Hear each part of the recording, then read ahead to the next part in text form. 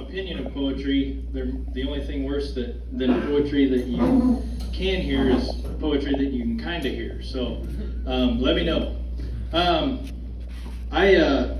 I'll get into a little bit more about myself, but I'm going to open up with just a really short poem, just to kind of get you in the poetry vein here, and then we'll go into what we're doing.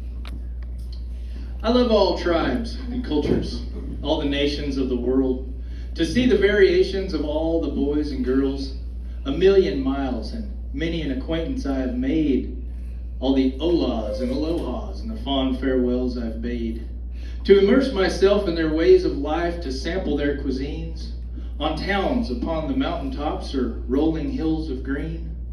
I live to broaden my horizon, by trolley, train, or air, to bustle in big cities or in the sticks without a care. I love to bed and breakfast in cottages and huts, but I love to travel mostly because my neighbors drive me nuts. So that was based on, who's familiar with G.K. Chesterton? Got a few hands. Okay, that was based on something that I read that said, he was an English philosopher, and he said, the Bible calls us to love our neighbors and our enemies, probably because they are generally the same people. And I thought that was pretty good, and so I just put that poem together. Sometimes the people closest to us are the hardest to love. Just to give you kind of an idea of what we'll do, and I want to keep track of time, I kind of go into a time warp up here, and so just throw something heavy if you want me to stop. Just a little bit about myself, I guess. I was born and raised in Colorado for the most part, and something about rhyming I just always loved. I just loved, even as a kid, just hearing rhymes, and I just really enjoyed it, and wrote a little bit of my own poetry, and kind of got involved with cowboy poetry, and heard that first in Colorado by a guy that was, I think it was Waddy Mitchell. Is anybody familiar with Waddy Mitchell? Not a one. Okay, well, Robert. Okay, one. Yes, so Baxter Black. How's that? That's a little more mainstream. You guys heard of Baxter Black. I thought that was cool because I could like poetry and still be a male, because in my world, poetry and masculinity did not really mesh so well. And so I just thought that was cool, these guys telling these stories about horse wrecks and things that were just I thought were cool, and doing it in rhyme form and just really entertaining. So that's probably how I got started with this whole thing. Another element of that is it's really been an element of my Christian faith, how I process things. It's kind of like if I can put something together in a way that it makes sense, it kind of proves to me that I have a grasp of it anyway. And so that's kind of what I was going to share. Probably the first portion tonight, I was going to share some of the more some worldview type poetry, things that I've written of just different things that I've processed through, and we'll see how that goes. Typically, so I started the cowboy poetry thing. I've been doing about 6 years, and Kathy asked me. I think I've been in 11 states now, which is crazy. Cool. From Minnesota to Nevada, and a lot of that is probably a different demographic than this. A lot of if you'd be the only people without a cowboy hat, and so that's kind of an interesting realm, and I'm kind of on the fringe of that. I have sort of a ranch and rodeo background, but I don't do that daily for a living or anything. So just a little bit of an introduction, I guess, so you know who I am here. Mike, thanks for having me. Thank you guys for coming. I appreciate it. Hope you enjoy this. And I love Upper Room. I love what it's about. And like I was just telling somebody, you can come get a couple beers, and not worry about having a bar stool broke over your head. So that's pretty cool. I like the environment. I'm going to read just a few quotes from G.K. Chesterton to kind of set up what led to this next poem that I'm going to share with you. As a warning, I am not ordained. I have no credentials as far as ministry or any of that goes. So If you have any questions, if you have any problem with anything that I say, come talk to Robert Fitzgerald afterwards. I can almost guarantee it won't all be theologically sound. So, it's a Christmas season. You guys been in a house that says you're in a house and it's decorated for the season, and there's lights around, and you look over the couch, and there's a sign that says it's a rustic barnwood looking sign from Hobby Lobby, made in China, and it says believe, right? You guys seen those? And no offense at all, like, belief is excellent. How many of you have been in a house, same situation, you look up there and the sign says repent? Anybody? I have never seen that sign. Probably not gonna sell real well. What I've noticed in the Gospels is, and throughout the whole of Scripture, is this pattern of repent and believe, repent and believe. And so this kind of, I'm trying to figure out how to make this cohesive. Worldviews can be really tricky. When worldviews are imparted successfully, you don't notice them, right? So if you're fully indoctrinated, you have no idea that you were fully indoctrinated. That was me. So what I had to determine, what I had to figure out, what I think God revealed to me when I came to Christ was, what was I repenting of? What was wrong? So repentance, if you're not familiar with that term, is turning. It's acknowledging where you're headed, and you're turning, and you're heading in a different direction. So, and the call is always repent and then believe. I hope I've set that up effectively enough. That was a lot there. That's why I like poetry, because I don't have to think about what I say. I memorize these poems. We're all good. If I have to think about what I say, I could say something. Anyway, here's a couple of quotes by G.K. Chesterton. The new rebel is a skeptic and will not entirely trust anything. He has no loyalty, therefore he cannot really be a revolutionist. And the fact that he doubts everything really gets in his way when he wants to denounce anything. For all denunciation implies a moral doctrine of some kind. And the modern revolutionist doubts not only the institution he denounces, but the doctrine by which he denounces it. As a politician, he will cry out that war is a waste of life, and then, as a philosopher, that all life is a waste of time. A Russian pessimist will denounce a policeman for killing a peasant, and then prove by the highest philosophical principles that the peasant ought to have killed himself. The man of this school goes to a political meeting where he complains that savages are treated as if they were beasts, and then he takes his hat and umbrella and goes to a scientific meeting where he proves that they practically are beasts. In short, the modern revolutionist, being an infinite skeptic, is always engaged in undermining his own minds. In his book on politics, he attacks men for trampling on morality. In his book on ethics, he attacks morality for trampling on men. Therefore, the modern man in revolt has become practically useless for all purposes of revolt. By rebelling against everything, he has lost his right to rebel against anything. Tiny little piece of I think that's from Orthodoxy. Long quote there. This, that's kind of just to relay what I'm saying with worldview here. How many of you guys are familiar with the story of the blind man filling up the elephant, right? As far as it's stated as a religion. Have you heard that? So the elephant, and every man is blind and he feels a different part. And the thing that escapes people about that story, and that escaped me with my worldview, was in order to tell that story, you're presuming that you see the elephant. You can't talk about those other guys unless you're seeing the elephant. So that my worldview was so close in that everything was being filtered through that. Two more quotes by Chesterton. I'm going to roll into this poem here. Merely having an open mind is nothing. The object of opening a mind, as of opening the mouth, is to shut it again on something solid. And this one probably ties in with this poem fairly well. In actual modern Europe, and I would argue here too, a free thinker does not mean a man who thinks for himself. It means a man who, having thought for himself, has come to one particular class of conclusions. The material origin of phenomena, the impossibility of miracles, the improbability of personal immortality, and so on. And none of these ideas are particularly liberal.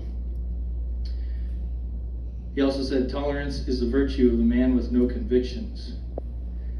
And that's where we're going with the poem.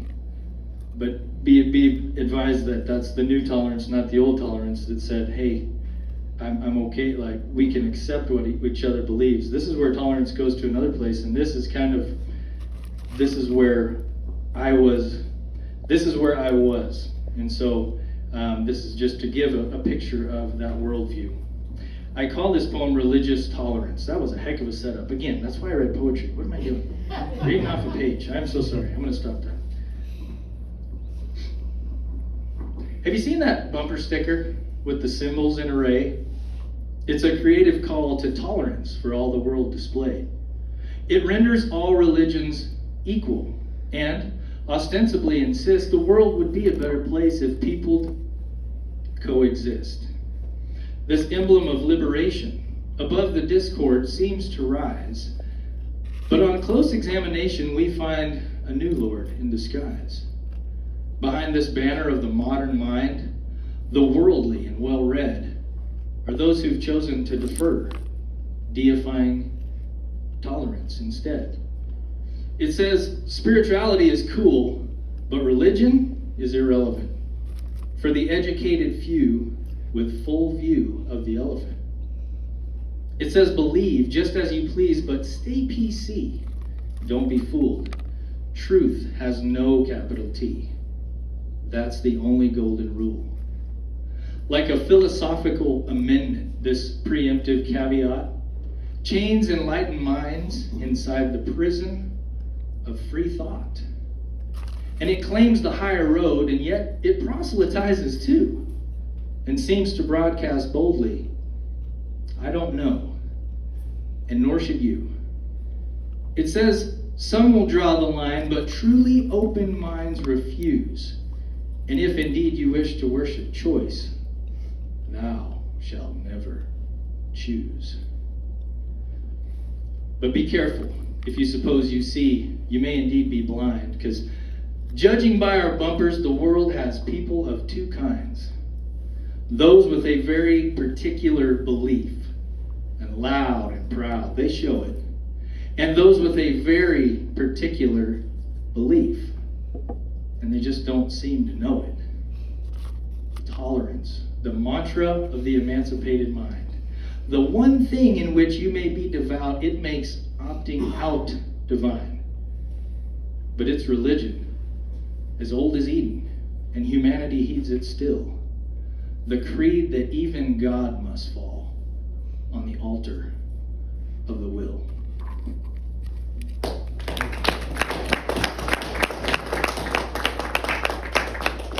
Fairly heavy. I promise it won't all be that heavy. That was Chesterton throughout. If anything in there resonated with you, what I say about his book Orthodoxy, if you have any interest in theology or philosophy, and especially if you have no interest in either, you need to read Orthodoxy. The book just was incredible in seeing how our culture has shifted. And so anyway, I'm a Chesterton fan. I think time is going really fast here. That's You're fine. I'm gonna do another one. Kind of that has some Chesterton and some C.S. Lewis influence. Who's familiar with C.S. Lewis? And so my Christian life started with accepting Christ. I was 18, and then it was kind of a process of how he does. He gives you evidence beyond that. So I did not read a bunch of books and study creationism versus evolution and go through all that stuff and then go, yeah, I think this is real. I think salvation is an act of God, and he did that But when you go in and you see through that worldview, you see things differently. This poem, Chesterton said, art is the signature of man. In his book, I think it's The Everlasting Man, he talks about how we can argue about, did evolution really occur? He said it's really, in a sense, it's kind of irrelevant. We are different. We are made in the image of God, and the thing that the signpost for that is art. And when he said that, I just thought, man, that's crazy. I've been over to Thailand, and I've seen where they have the elephants that paint the pictures, and you think, wow, that's just incredible. Under duress, they're painting these pictures. It's the same picture every time, so they teach them how to do this deal with their trunk. The elephant is not interpreting that picture. Sorry. That there's a different realm that we go into. So that's one side of the build up to this. He said, art is the signature of man. He said, art, like morality, consists in drawing a line somewhere. Man, I thought that was pretty profound. He also said this, art is limitation. The essence of every picture is the frame.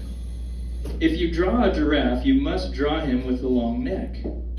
If in your bold, creative way you hold yourself free to draw a giraffe with a short neck, you will really find that you are not free to draw a giraffe. So that's the art component. Art is the signature of man. It's what separates us. The thing that ties in with that would be the C.S. Lewis quote, which is, if we find ourselves with a desire that nothing in this world can satisfy, the most probable explanation is that we were made for another world. I kind of thought through that, and I thought through the art piece of that. Chesterton also kind of to echo that same idea. He said, the modern philosopher had told me again and again that I was in the right place. And I still felt depressed, even in acquiescence. But I'd heard that I was in the wrong place. And my soul sang for joy like a bird in spring. That's kind of the setup for this poem. Rebels and revolutionaries engage in art and take part in a treasonous trade, with the lives that are writing humanity's story on the planet that spins in the shadows of glory. The collective exception, an alien nation, the creatures of perpetual expatriation, billions strong and yet broken and breaking, slumbering souls that long for awakening. Rebels and revolutionaries engage in art and take part in a treasonous trade. With his brushstroke, he blesses each thing that is made. With her chapters and verses, she curses the grave. Beauty echoes in the longing lament of each audacious note in a song of dissent. Insurrection lies in the quietest scene. Every page is enraged against the machine. The mountains and streams each sing of unrest, and the suns all seem to scream as they set. He paints and composes in color and rhyme, disdaining the hand of tyrannical time, and refusing the line of the shadow that's cast, with music to make something beautiful last. It's interpretation. It's endless depiction. Look close and you'll find all the facts in the fiction, because every rendition is never enough for the heavenly vision he's trying to touch. Rebels and revolutionaries engage in art and take part in a treasonous trade. Listen close to the notes, the canvas, the words. It's that song our hearts know but haven't yet heard. A celestial trait that resonates in our bones and testifies to our souls. This place isn't home. Thank you. Thank you. I'm gonna do one more of those, and then we'll do some fun stuff here. I never know how. It's hard. I love poetry, and I can, but I don't like to read it. I like to hear it. I like to hear, and that kind of gets me into it. But I don't. It's not exactly a high draw poetry. It's not. You're not gonna beat the doors down. So I'm gonna do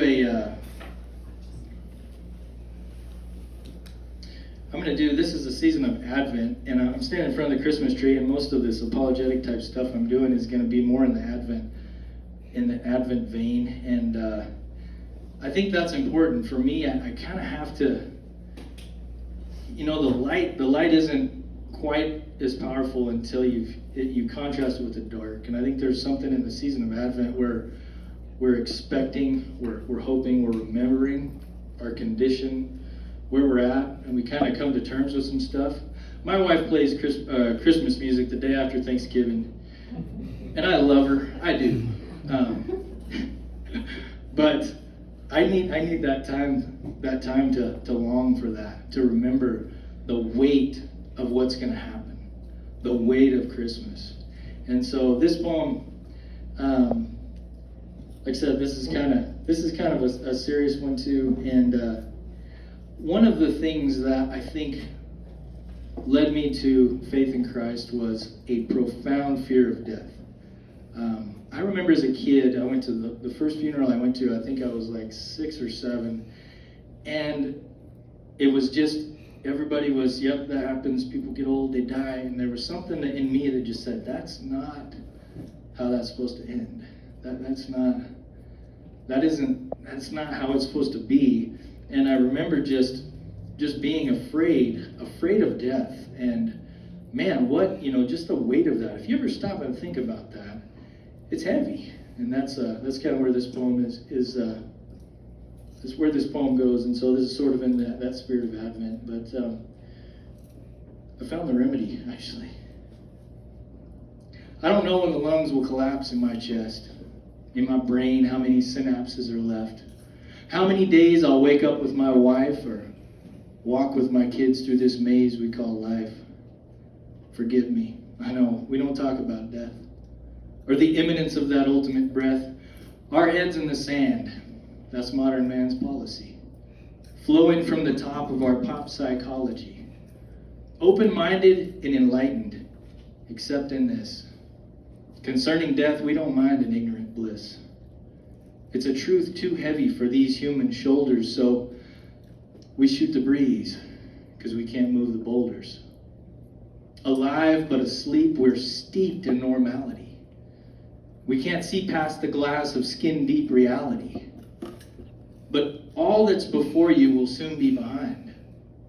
The reaper's en route, though you pay him no mind. Unrelenting and ruthless in his silent pursuit, I'm dying. And the truth is, you're dying too.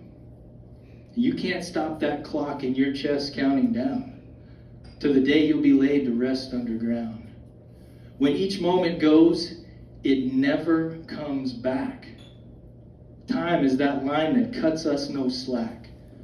So pump that political discourse through your veins and dump in the sports until it numbs your brain, your white noise of choice, just like Novocaine, and try to drown out the sound, but the reaper remains. Death is our destiny. And evasion won't save us from the weight of the chains of age which enslave us. Have the courage to face it. Denial has not cheated it. Then place it in the hands of the one man who defeated it.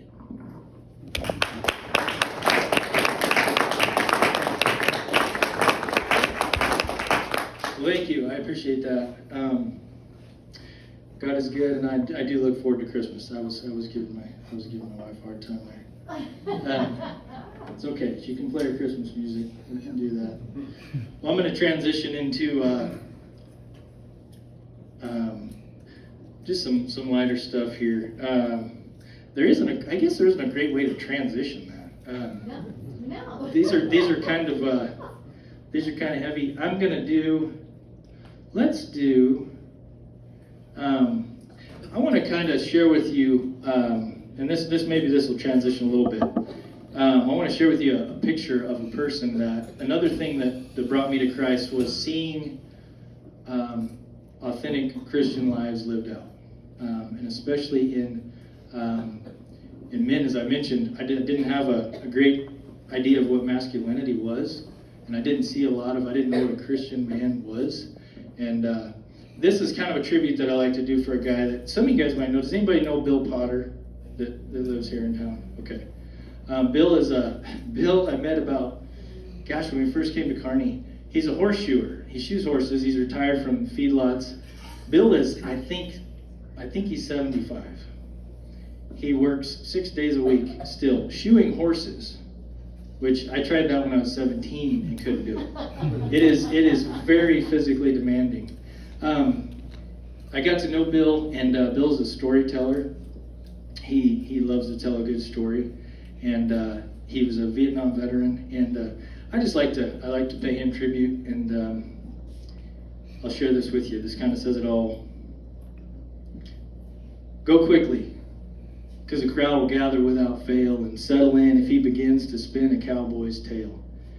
You may need to lean in a little, but it'll be well worth your while.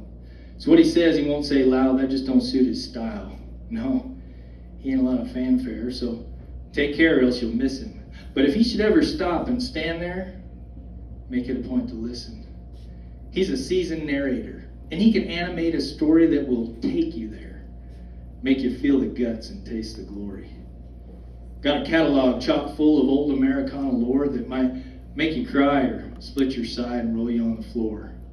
With his jokes and anecdotes and reflection put to rhyme like works of art all polished to perfection over time. But he's got a kindness quite uncommon in a man with hands so hard. He's a profound sort of gentle that can catch a guy off guard. Found his vocation hanging iron up underneath a horse like God ordained a place for gentle to meet the fire and the force. And he'll calmly persevere with them, patient till the end with a skillful hand and slow. Somehow they know Bill's a friend. He doesn't often lose his temper. Don't you suppose him weak. He ain't soft. Just learn the wisdom in being slow to speak. And you may be tempted to surmise that it arises from within. He's just one of those guys that does what he ought, and that's the way he's always been. But if you'll linger long in the light of his retrospection, odds are he just might correct your misconceptions and testify to transformation, divine and nothing less of the grace that changed his mind and turned his heart of stone to flesh, and how harsh words that once had made his case are now no longer spoken, been replaced by those of one who knows somehow he's stronger broken. Of the wayward days in his redemption, he'll tell you if you'll listen. So pay him close attention and heed the admonitions and that perspective, only garnered over on the further slope. He'll share his trial and error and the object of his hope. So go listen, because you don't want to miss the oratory.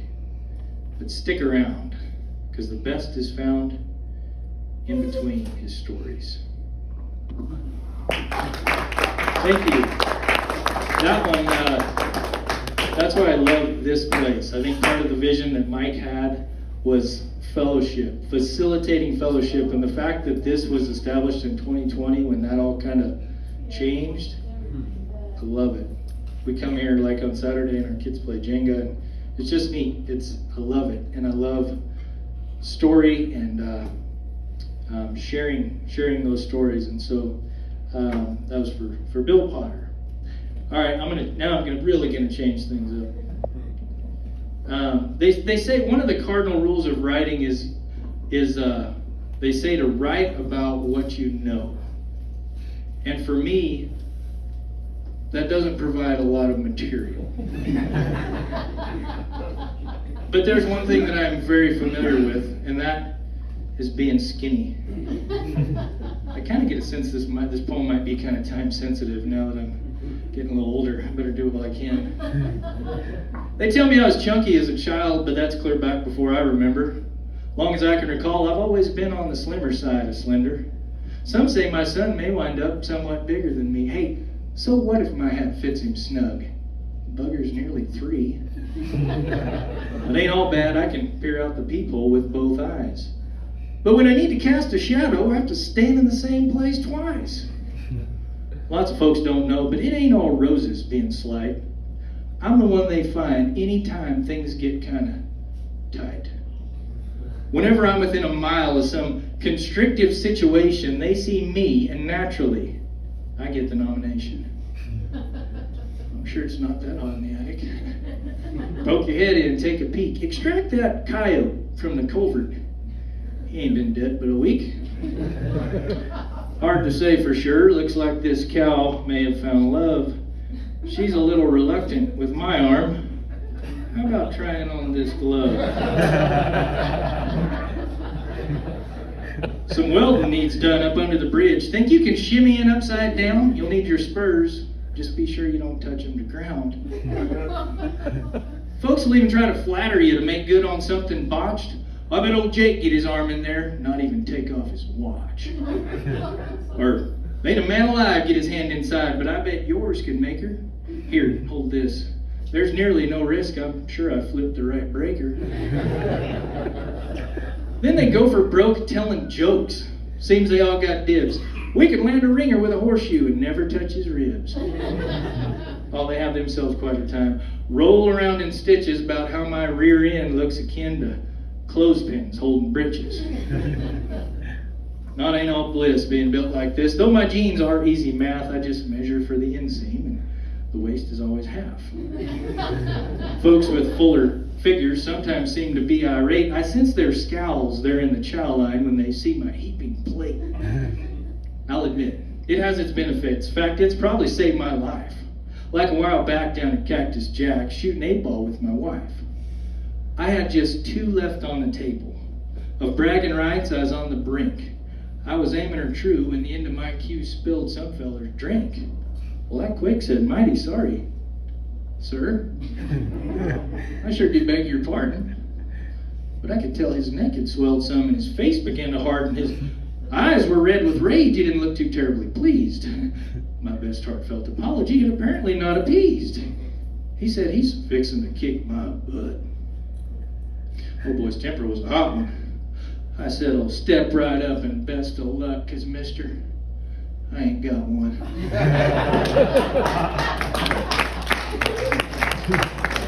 Thank you. All right. It seemed like, okay, that went all right. I'm kind of testing. Like I said, this is a little bit different. We're throwing a lot of stuff at you here. It's kind of like an emotional roller coaster or something. I'm going to do let's do, how much time do I have, Mike? I got a little while yet? Not really. You're good. A few minutes, okay.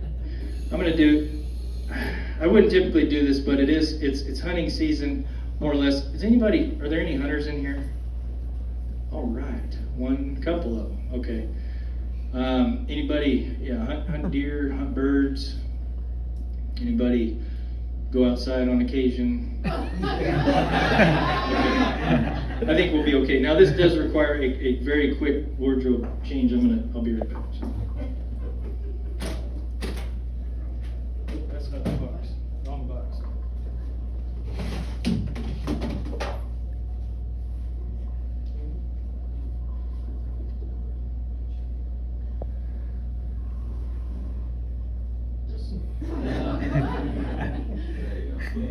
It's my own design.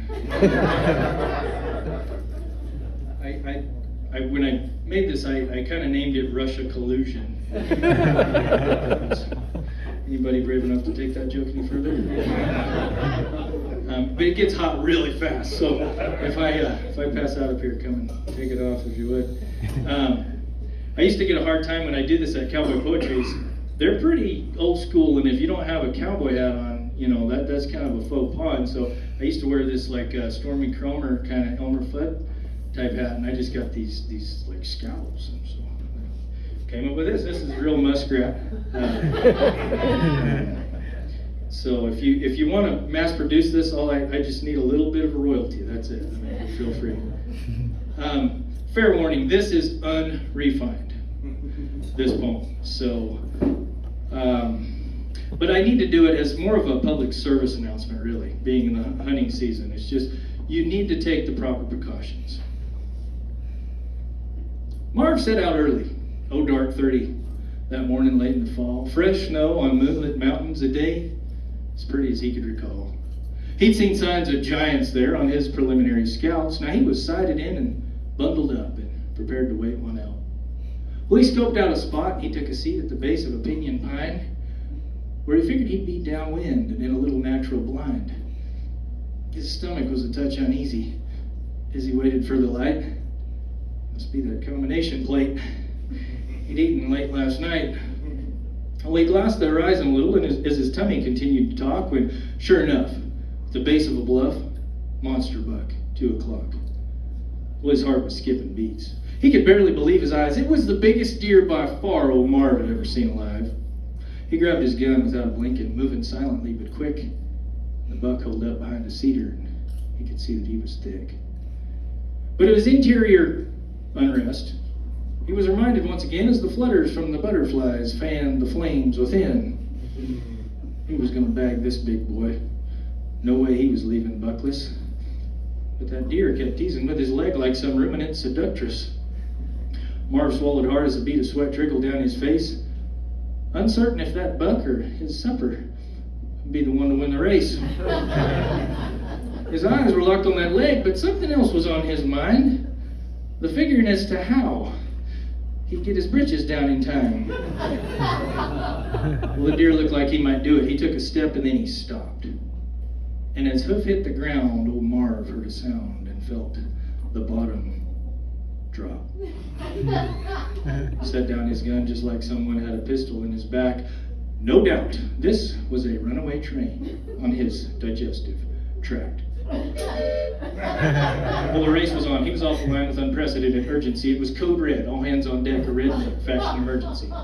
Fumbling fast as he could, he cursed that blaze orange vest he'd bought. Why on earth had he decided to tie a double knot? Meanwhile, below the surface, his insides had gone loco, like the Cholula gal had his lower colon in a chokehold. Next on to that old coat he loved, but now he cussed the thing. Dang these blasted buttons, must there really be 13? Well, Jimmy Dean tried to set the pace, but a hoagie had to supersede as that fiber-rich Fiesta was a-fighting for the lead. Marv was moving down the line while maintaining constant clinch. As the Spanish rice and refried beans advanced another inch, it was going to be a photo finish. And if he lost, one heck of a wreck. With his motor skills and a green chili enchilada neck and neck. With the last button finally free, so quick he threw it down, he had his coveralls half unzipped before it ever hit the ground. Now, the long handles he'd got on the cheek because the leg lengths didn't match. In hindsight, he was wishing he'd have splurged and got the hatch. But they should be all that's left. He was just about to get her when for a second he froze. When he exposed that bloomin' Christmas sweater. It was a doorstep of disaster. The straits were dang sure dire. He reached over his head and had it shed like it was raging fire. The handles at last. He had to act fast, grip the middle with both hands, and ripped them open in one motion like a woodland Superman. His figure writhed as storms collided inside his twisting paunch, closing in on the end of the countdown and the blast-off for the launch. He grabbed a sapling pine and fast reclined without a second left to spare, a thumb under his elastic, and was clear by just a hair. Melvin warned him those habaneros were hot. By gosh, he wasn't joking. Marv could smell the burning sagebrush. His barrel was still smoking. He'd lost it. His one shot at Boone and Crockett fame, that buck had took off like a rocket. Guess he must have saw the flames. Well, Marv slowly regained his composure, wore out, but sure relieved, until he reassembled and realized he put the kill shot down his sleeves.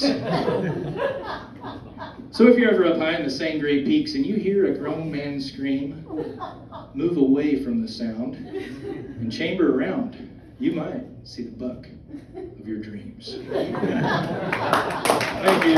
I'm sorry.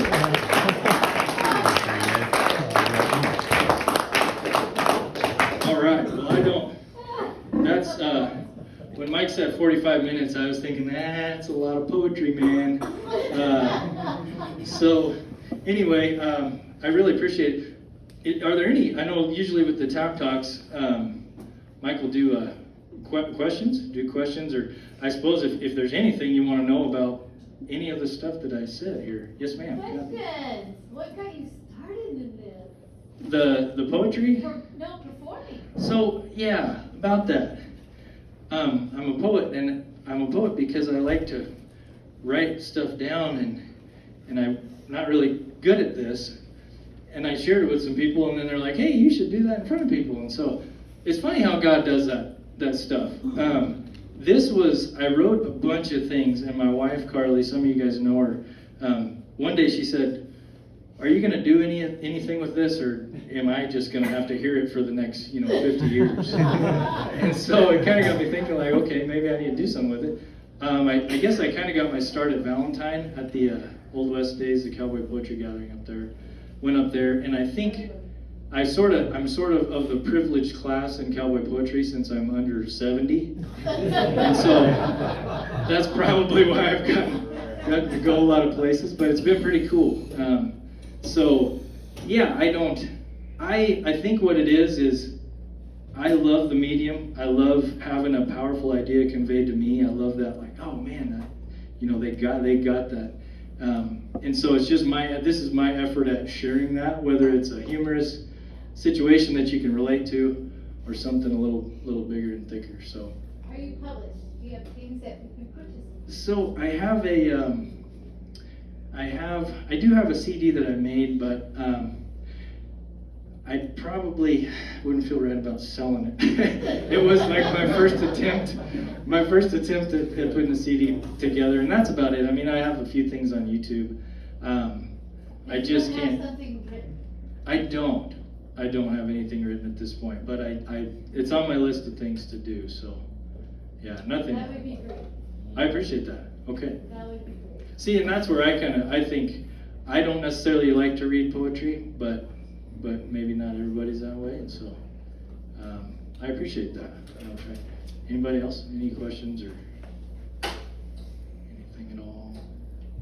Carly's nice waiting for Christmas music after Thanksgiving. Oh, really? Wow. Who is that? Is that Kyle? Is it Kyle? Mm-hmm. Kyle? Man, I thought I knew you. No, she does it before things. I Yay. Okay. She's very nice. Yeah. Yeah. No, it's I don't mind it, but I do like the contrast there. So, well, I won't maybe we'll let it be there at 7:56. We'll be inside an hour. You guys want one more poem, or should we call it off? Okay. All right. I've got. All right. Well, and I'll take a vote. I'm going to take a vote because I don't read the room well. We've got a humorous poem or a not as humorous poem. What's that? Humor. Okay, I heard humorous. All right. We'll do that. Okay. Or both. Okay. All right. Well, okay. So the serious one that I found was one that I didn't write, but I really liked it. So maybe it's just a short one. I'll do this one for you. This is so cowboy poetry. I mentioned I'm not I rope a little bit, and I've had some exposure to cattle, and I can kind of speak that language to some extent, but that's not what I do on a daily basis. And so this isn't really. I have to preface this with this isn't really a cowboy poem where I go, but people seem to like it all right. And it is a very true story, and that's one thing about a lot of the stuff that you hear. And the humorous, so this answers the question maybe. The poems and stories that are humorous, when those are taking place, typically, they are not funny at all. This is one of those poems. I've never cared a lot for water, though I do love the rain. But if it's much deeper than an inch or two, I would just as soon abstain. But the day had come to face my fear, and it shook the core of my being. Some cosmic joke had found me soaking wet and water skiing. Just a fare thee well and a backslap as the captain rapped the hooey. In I went, though malcontent, and bobbed there like a buoy. I'd reached the point of no return. I cursed my sorry luck. Cap yelled, "Just bend your knees and keep your ski tips up." Tense as an A string in high E. That was me throughout it, with my shorts ascending to a G, and nothing I could do about it. But I was now atop the water and somehow managed to maintain, though I felt a little gunsel with my death grip on the reins. Afraid to move, I held my shape like a cement figurine. My feet froze in tapaderos made of squeaky neoprene. Slowly to and fro, I learned to give a little slack. In time, I finally got my hindquarters to untrack, and I'll admit it felt pretty good. It wasn't all that tough. I'd been so afraid for all these years, now here I called his bluff. I'd faced my fears. Before I kicked his rear, I buttered up the biscuits. Now here I was, like a doer does, dancing on his meniscus. I was toying with the tension, crossing over top the wake, weaving in and out. I was changing leads and gates. Shoot, it was almost too easy. I was feeling pretty proud, singing Eye of the Tiger to my imaginary crowd. On top of the world, like you are when fear is turned to fun, when a fella passed on my left side, only riding one. Well, he was carving up the pool and spraying rooster tails high. Made me look just like a fool. Well, shit. I bet that Now, my thinking may be misaligned. But in my mind, it would seem it's more relaxing to be horseback than it is to drive a team. When a dreamy kind of calling beckoned from beyond, pull this off and you'll reign supreme, the king of this here pond. I was feeling spry and decided I'd just give one ski a kick and show them how it's done. Drop the old solo stick. I'm sure the passing boaters beheld him quite a sight. Couldn't shake the dang thing loose. Must have got that boot too tight. A snow white 145 pounds in all its glory, like a geriatric greyhound trying to mark his territory. A starboard turn, I followed the stern, a little slack, and then a tug. And a panic, and a flashback to that time that I got drugged. My claustrophobic foot began to agitate in haste, and a violent spasm hijacked everything below the waist. It was a nanosecond wreck when that off tip took a dive, and that near ski and most of me was still eastbound at 35. In one fluid motion, my heel had bent back and hit my calf, and before I knew that I'd been bent, I'd been split in half. Now what happened once before, but I'd since got somewhat older. You do not forget the feeling of your toes atop your shoulder. My ears were humming, my head went numb, and I heard something tear, and the way sound travels subsurface, I wasn't sure just where. Instinct had no respect for those last words that he had spoke. If you find yourself in a wreck, let go of the rope. The advice he'd given me was not immediately heeded. Years of hearing, bear down and hang on, had superseded. I would soon let it go, though involuntarily, but not before my middle tore and my nose broke on a ski. Mama, call Mama, I said, as my waterlogged head bobbed there in the water. Tell her that her eldest son may have just become her daughter. I felt like chum pate, mostly deaf and nearly blind, with the H2O and my DNA chemically combined. I had rearranged my face and displaced both my thighs. From the sensation I could feel, my rear main seal was compromised. But in my ears were some words I'd heard way back when I was a pup. Get your heels down, lad. I guess if I had, I'd have kept my ski tips up. Thank you very much. I really appreciate it. Thank you guys for coming out. Just real enjoyed it. So thanks, Mike. Thank you guys for having me. Appreciate it.